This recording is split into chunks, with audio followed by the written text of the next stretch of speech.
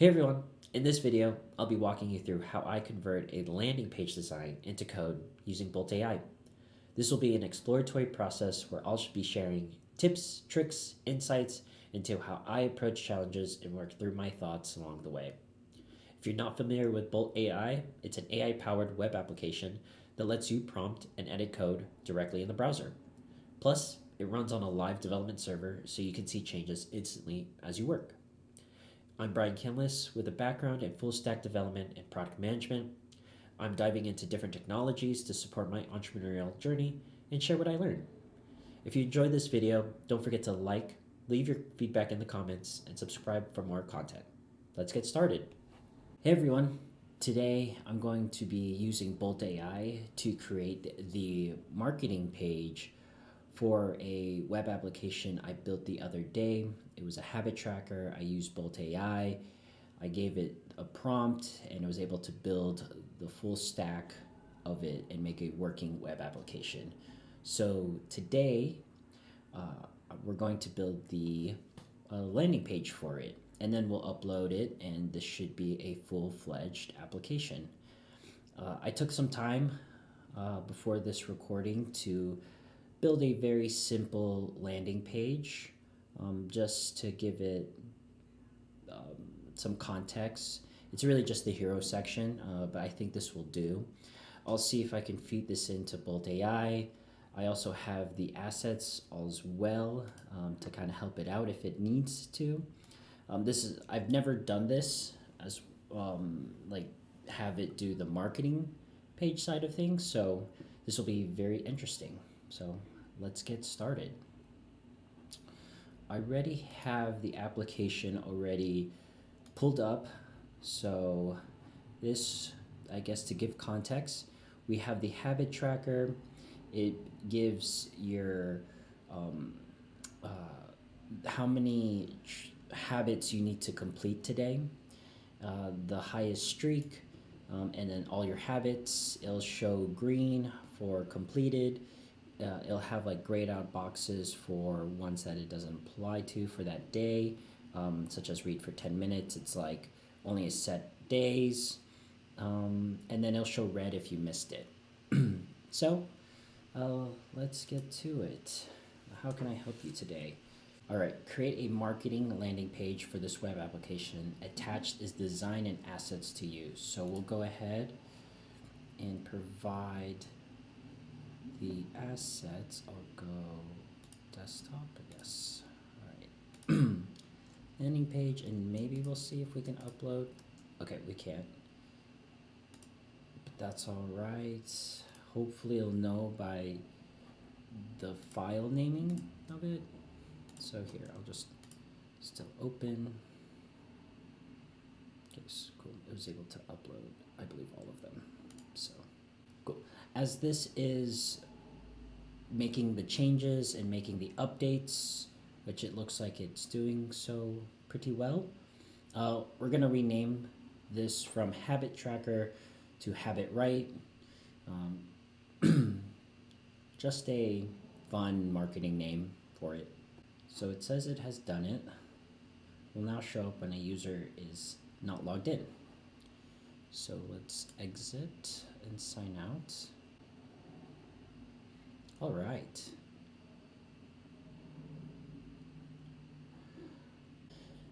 The style is correct. The text is correct, but it didn't use the assets I provided. So it didn't completely match up to this.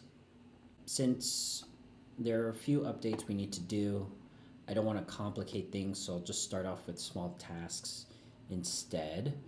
So this guy, or the picture of the guy, I'll replace with an actual picture of James Clear. So let me do that. Replace the author image with this one instead. Okay, so it did not do that. There's an error. Seems like, so let's jump in the code. Let's go down here. Okay, so it's trying to get it from source, but I'm going to ask, can we upload and host files in our public folder so that it knows not to do a URL instead that it found, but instead just reference our source files. So it's asking, would you like me to help you set up any specific files in the public directory? Which, yes, put this James Clear image and use it in the landing page for the quote. All right, it says you'll need to manually save the James Clear image as jamesclear.jpg in the public _ images directory. I wonder if I can just drag and drop. There we go. So we need to manually upload the files and then it can reference them and actually do it. So I think BoltAI has a problem with using the files that we upload through the prompt and then connecting it to code. I think it tries, but it doesn't do it correctly. I renamed these assets so that AI could reference these better. And then I'll drag and drop these into the images folder. With it being a 2x2 square, I'm gonna see if we can get it to be more of this diagonal layout, and then also see if it can do the overlay of these assets. So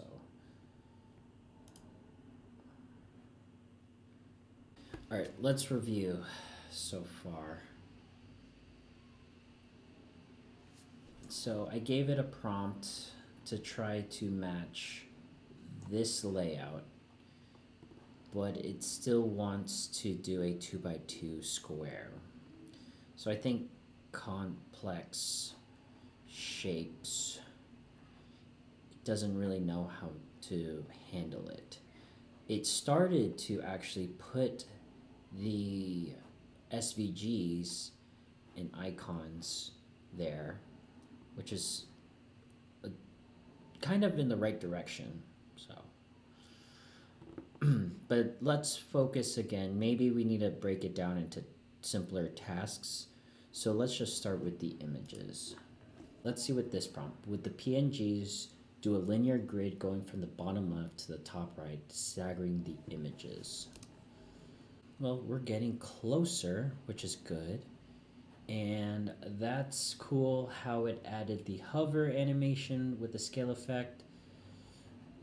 I'm okay with the shadow for now because it is layering, but how about this? I want to add space in between each of these images, and then instead of squares, we're going to do portrait. Okay, so it looks like the images are now taller, portrait aspect ratio, and more space between them while maintaining the diagonal flow from bottom left to top right. This does look better. I think we need to remove the SVGs and shapes for now, just because I think it's incorporating this one. Just because, yeah, it is uniform, but it's because of this one it's throwing off the flow. And then I also realized, just examining the design, it's a uniform grid. So if you think about it, there's like 1, 2, 3, 4 columns, and then 1, 2, 3, 4 rows. So I'll need to figure out how to prompt that to give it better direction. Just removing the SVGs first. While that's going, I'm going to work on the prompt to fix the layout. Here is the prompt that I think will help. So it says, to help fix the image layout, imagine that there is a 4x4 grid. Each image takes up one column and they start on the right, so they take up second to the fourth column. Each image's height is 2 rows, so the coordinates for each image is yoga, third row, second column, working, second row, third column, and workout starts on the first row, in the fourth column. So let's see if it understands that way. All right, I think the 4x4 grid, so this looks uniformed, but the 4x4 grid is across, or not across, apologies. The 4x4 grid is just in this small area. Fix this, we'll try 4x4 grid should expand the whole width of the page, and then the text can be positioned at the top left. Looks like we're getting there. Hopefully, since I provided the image and told it to reference, hopefully it doesn't change it again back to the original state. Okay, awesome. We're getting closer. Just a quick short break and add more padding.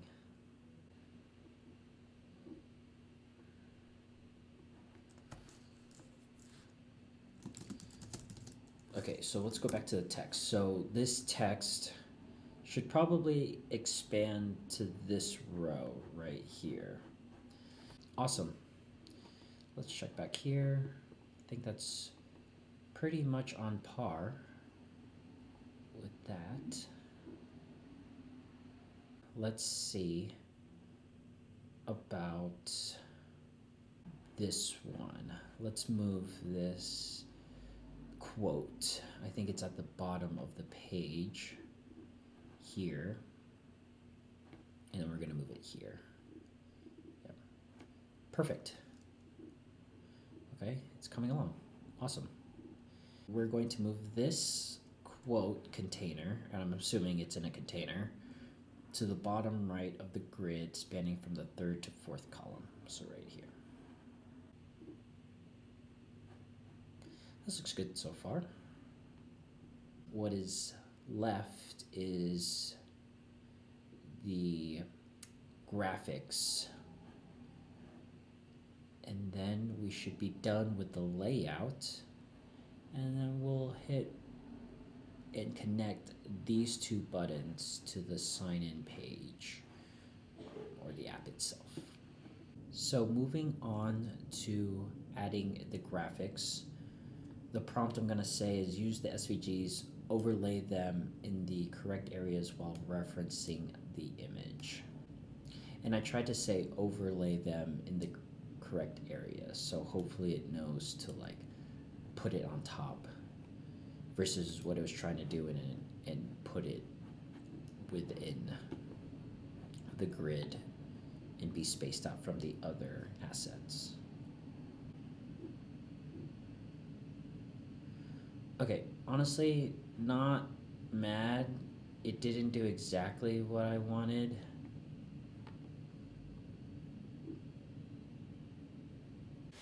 So we'll just do some cleanup. I don't think the background is going to work. All right, clean slate. So let's focus on the spiral.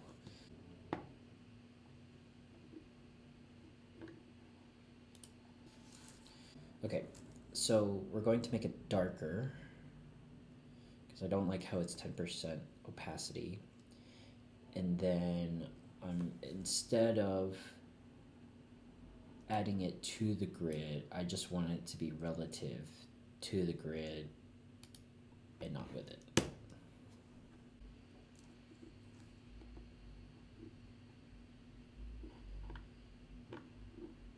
Cool. Awesome. Pretty close. So now we're adding the wave next.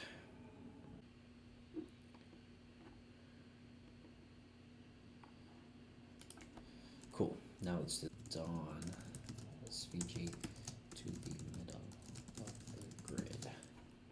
I did something different with the dawn SVG because we're going to add that one in the middle. And since it's in the middle, to not confuse it, I tried to guide it to use the Z index. Okay, cool. So that's there. Let's actually move it. The middle one doesn't really make sense now. Let's just move it to the right. Now that we know its positioning and everything, there's slight changes and it just doesn't fit. So, all right, that's actually pretty good. I like the overlay of it. This is pretty good, and this is really good. So, I mean, it fills in the white space. Not that we need to, but it does it nicely, I think. So now I think the final thing, at least from a design layout, is adding a bottom padding. Okay, these are in better spots. So let's focus on the mobile. So here is the prompt that I came up with. I want to see a little bit of creativity from it, but I wanted to also give guidance. So the header should be at the top, text should follow next, images should move to a flex column-like state, code is the last section, and then to deal with the SVGs, I said make the SVGs into the background and transition to lighter opacity. So we'll even see if it does that.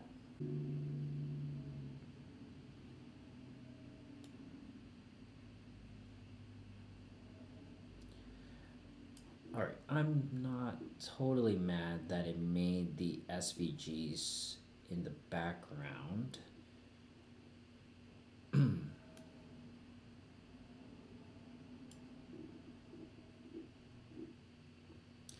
And then this works. This is kind of awkward.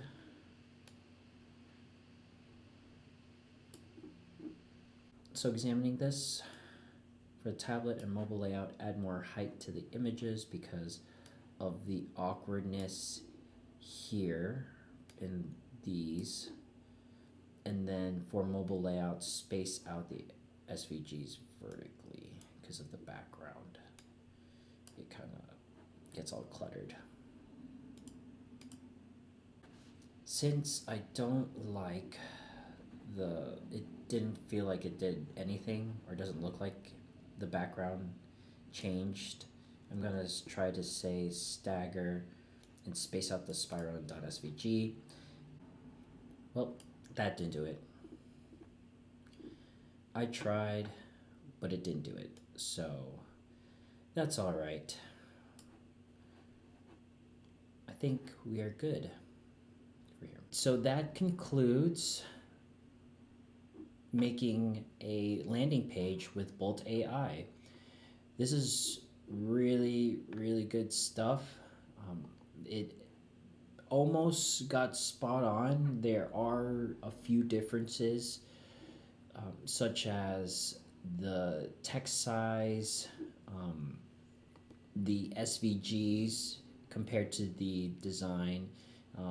We had to do a little change and pivot here and there. So instead of it being up front, we put it in the back. Maybe that's also for the better, so it's not all in the face of or in the way of text and images. So almost got it. We did need to guide it here and there. Break down, I think, tasks was the theme. So whenever you guys are doing this, I think that's what you should always take into consideration if it's not doing what you want. Break it down into simple tasks, and as you can see, you majority of the time will get the results. So thanks for watching. Let me know what I should do in the next video. I think for at least the immediate next video, I'm going to upload this onto the server, showcase that, thinking maybe use Vercel just because it's free, and then we can have this actually be live. So looking forward to that. Well, thanks everyone, and talk to you on the next one.